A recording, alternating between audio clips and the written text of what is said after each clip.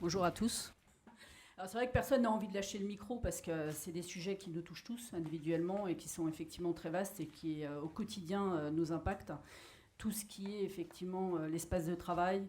Il y a quelques années, il y a plus de 10 ans de ça, on parlait de l'holacratie et effectivement de l'entreprise libérée. Et tout le monde le critiquait implicitement. Aujourd'hui, on le voit dans toutes les entreprises. Je vais enlever ma casquette de spécialiste en amélioration des conditions de travail.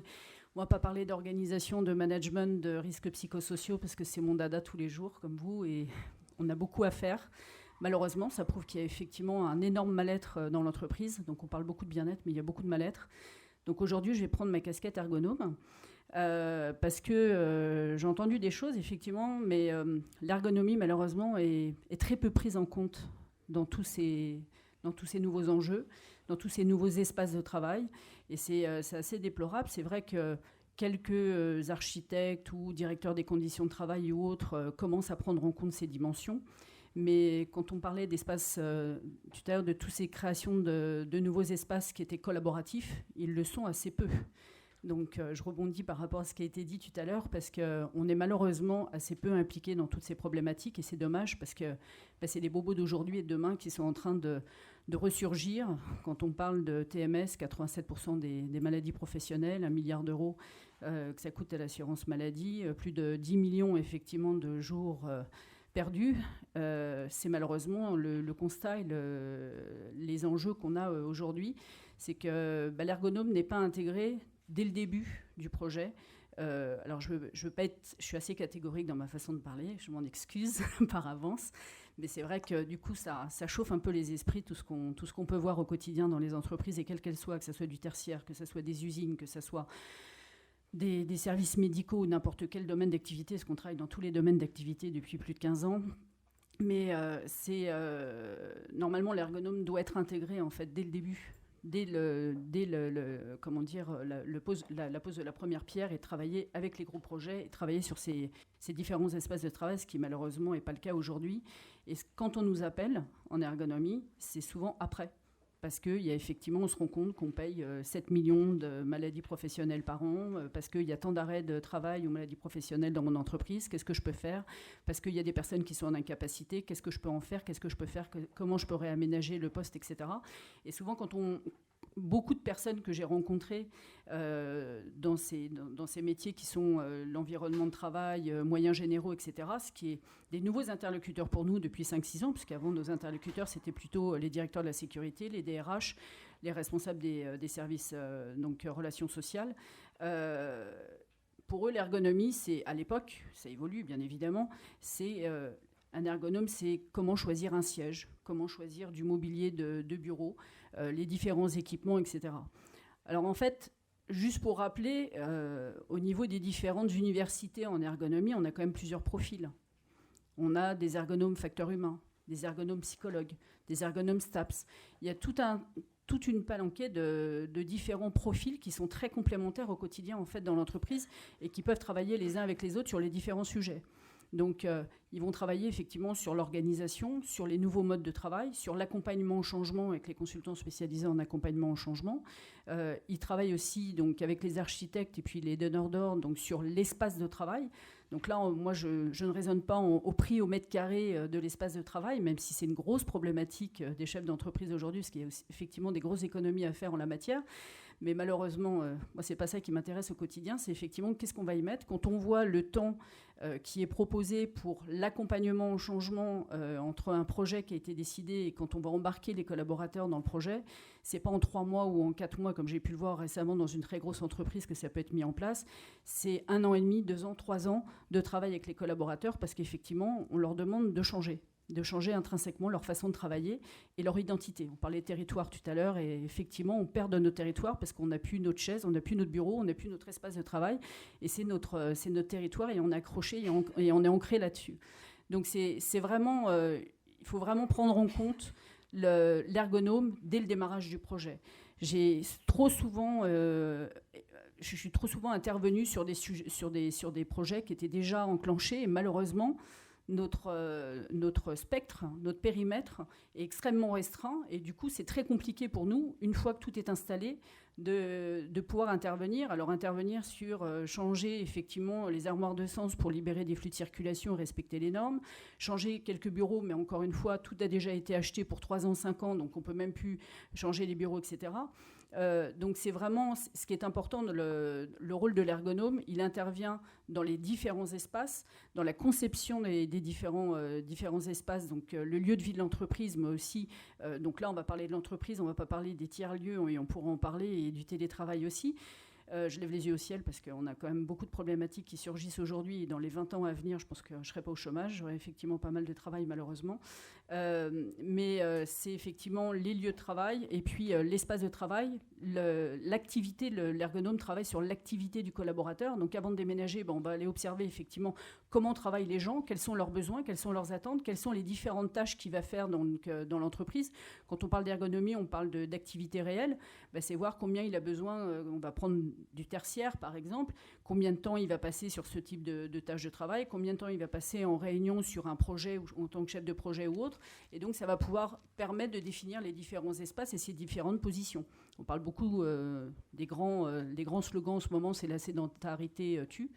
Malheureusement, oui, effectivement, de rester 8 heures, on va parler d'heures légales, 7 heures, 8 heures de travail par jour, ça crée du moins, ça génère des maladies professionnelles.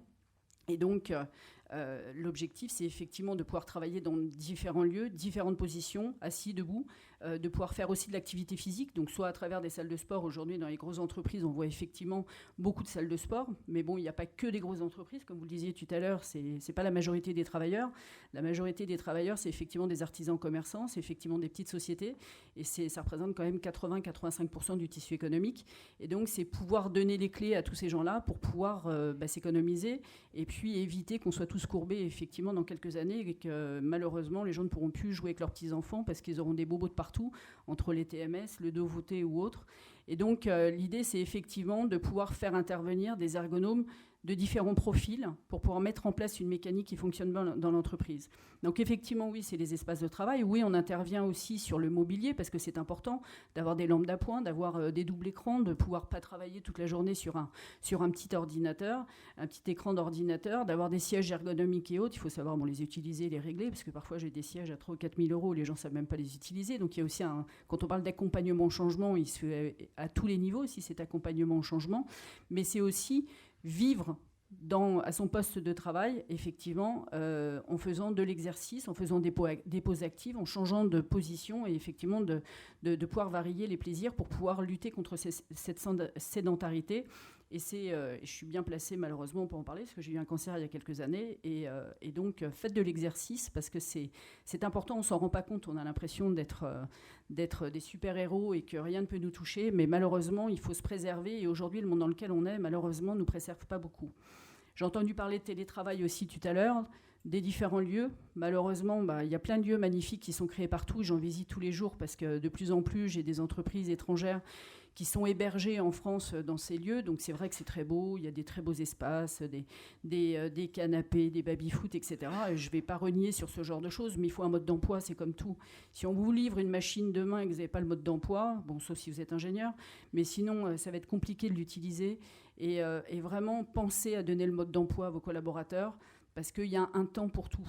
Il y a un temps pour être sur un pouf, il y a un temps pour être dans un canapé, il y a un temps pour être derrière son écran, il y a un temps donc pour toutes ces différentes tâches que vous faites au quotidien dans l'entreprise parce que c'est ça qui va permettre que vous irez mieux demain. Alors quand je parle de bien-être en entreprise, parce qu'on a un département bien-être, donc je ne veux pas être la cible, le bien-être c'est aussi tout ça. C'est pas effectivement que faire des massages ou ce genre de choses, c'est avoir un espace agréable, avoir des espaces agréables, parce qu'aujourd'hui, effectivement, on ne travaille plus derrière son écran, dans son bureau, dans son territoire. Malheureusement, on a des territoires et c'est important de pouvoir donner un mode d'emploi aux entreprises. Et aujourd'hui, beaucoup de grands groupes nous appellent aussi pour pouvoir les accompagner et leur donner, effectivement, créer des chartes, créer un mode d'emploi des collaborateurs. Pareil pour le télétravail, donc on parlait de coworking tout à l'heure, mais bon, le télétravail, c'est vrai que c'est super. On a moins de déplacements, on est moins fatigué, on est plus productif, forcément. Donc c'est toujours le lien, de toute façon, dans tous ces sujets, ce qui intéresse aussi le chef d'entreprise. Bon, il y a des gens bienveillants, hein, bien évidemment, mais c'est vrai que avoir moins de mètres carrés, d'avoir des gens qui font moins de déplacements, etc., ça a un intérêt quand même assez important pour le chef d'entreprise. Mais c'est important aussi de s'intéresser à ce qu'il y a derrière tout ça. Parce que si mon collaborateur fait 3 heures de moins de trajet par jour, et nous on en a beaucoup qui sont en province ou en banlieue, des consultants, si derrière ils travaillent à moitié accroupis dans leur lit ou allongés je ne sais où, ou sur une chaise en bois dans leur cuisine, parce que c'est très à la mode les années 70, le design des années 70 qui est en train de revenir, ça c'est important aussi de s'y intéresser et de voir ce qui se cache derrière. Donc aujourd'hui, quand on parle de télétravail, on parle effectivement beaucoup de l'organisation, du management, de comment on va avoir cette emprise sur les collaborateurs, parce qu'on a l'impression de ne plus avoir d'emprise sur les collaborateurs, parce qu'ils ne sont plus là physiquement, il n'y a plus nos rangs de collaborateurs comme dans les open space. Mais derrière ça, il faut aussi accompagner donc, les collaborateurs sur leur aménagement interne. Donc les entreprises sont en train de se rendre compte qu'en fait le télétravail, c'était bien parce qu'on a des collaborateurs qui sont moins fatigués, qui sont heureux parce qu'on prend en compte leurs intérêts, qu'effectivement on libère de l'espace de travail, donc du coup ça coûte moins cher à l'entreprise, mais de plus en plus, comme tout à l'heure vous l'évoquiez, on va de plus en plus maintenant sur de tiers-lieux, parce que effectivement les tiers-lieux, déjà ça crée de la cohésion sociale, donc ça permet effectivement d'être tous ensemble et de recréer du lien. Et puis, surtout, il y a une meilleure maîtrise sur les conditions de travail et donc là, sur l'ergonomie, parce que quand tous ces tiers-lieux, coworking et autres, auront pris en compte ces dimensions ergonomiques, que je ne vois pas trop pour l'instant, mais effectivement, ça sera quand même plus souple et plus à l'aise pour le chef d'entreprise de savoir que son collaborateur est dans un lieu qui a été pensé en termes d'ergonomie. Donc, c'est vraiment... moi, je vois aujourd'hui, on intervient malheureusement assez peu avant. Ça arrive de temps en temps. Mais on intervient principalement après, une fois que le mal est fait. Et c'est vrai qu'une fois que le mal est fait, c'est plus compliqué pour nous à agir. On essaye de pouvoir apporter effectivement un peu de confort sur l'espace de travail, sur la façon de travailler. Mais on a une marge d'action qui est quand même beaucoup plus limitée que si on intervenait avant pour éviter tous ces bobos qu'on peut rencontrer au quotidien. Alors, j'avais plus que 2-3 minutes, donc j'ai essayé de parler plus vite. Merci beaucoup. Je ne sais pas si mon micro fonctionne. Je ne sais pas si vous avez des questions. Voilà, si vous avez des questions. Bon. J'ai peut-être une question pour vous. Aujourd'hui, est-ce que des entreprises vous contactent pour réfléchir à la question de l'ergonomie ou en tout cas prendre des mesures pour traiter la question de l'ergonomie, notamment dans les dispositifs de home office ? C'est-à-dire, est-ce qu'aujourd'hui, les entreprises prennent conscience que proposer une situation de travail adaptée, y compris au domicile, y compris dans des domiciles avec des surfaces parfois un peu contraintes, et déjà même légalement, est-ce que ça relève de leur responsabilité ou la question ergonomique au domicile est complètement laissée à la discrétion du salarié ? Alors, en tant que chef d'entreprise, le chef d'entreprise est effectivement responsable de ses collaborateurs, où qu'ils soient. Donc, on a cette responsabilité, effectivement, de l'aménagement aussi de l'espace. Alors, on ne va pas refaire les appartements et les maisons des uns et des autres. Ça coûterait cher aux employeurs. Mais effectivement, on a cette responsabilité. Malheureusement, aujourd'hui, nous, depuis à peu près 2-3 ans, on commence à aller vers les chefs d'entreprise pour leur proposer des solutions avec les ergonomes pour effectivement prendre en compte l'espace de travail du collaborateur chez soi. Donc moi, je suis assez sensible à tous ces sujets-là parce que j'avais fait un mémoire il y a 5 ans à Dauphine sur tous ces sujets. Donc c'est vrai qu'on essaye de travailler avec nos consultants sur tout ce qui est accompagnement au changement, les ergonomes, etc., pour proposer des prestations qui soient un peu clés en main. C'est un peu plus simple de lecture, effectivement, pour nos clients. Mais après avoir travaillé sur le télétravail, sur la partie, et c'est pas terminé, mais sur la partie management, organisation et comment travailler dans ces nouveaux modes de travail, on essaye effectivement d'accompagner et en tout cas de sensibiliser les clients sur comment ils travaillent chez eux. Et donc, il y a très très peu d'entreprises pour l'instant qui effectivement le prennent en compte. J'ai travaillé récemment pour une grande école de commerce qui se pose ce type de questions et qui commence à accompagner ses collaborateurs là-dessus, mais c'est encore timide.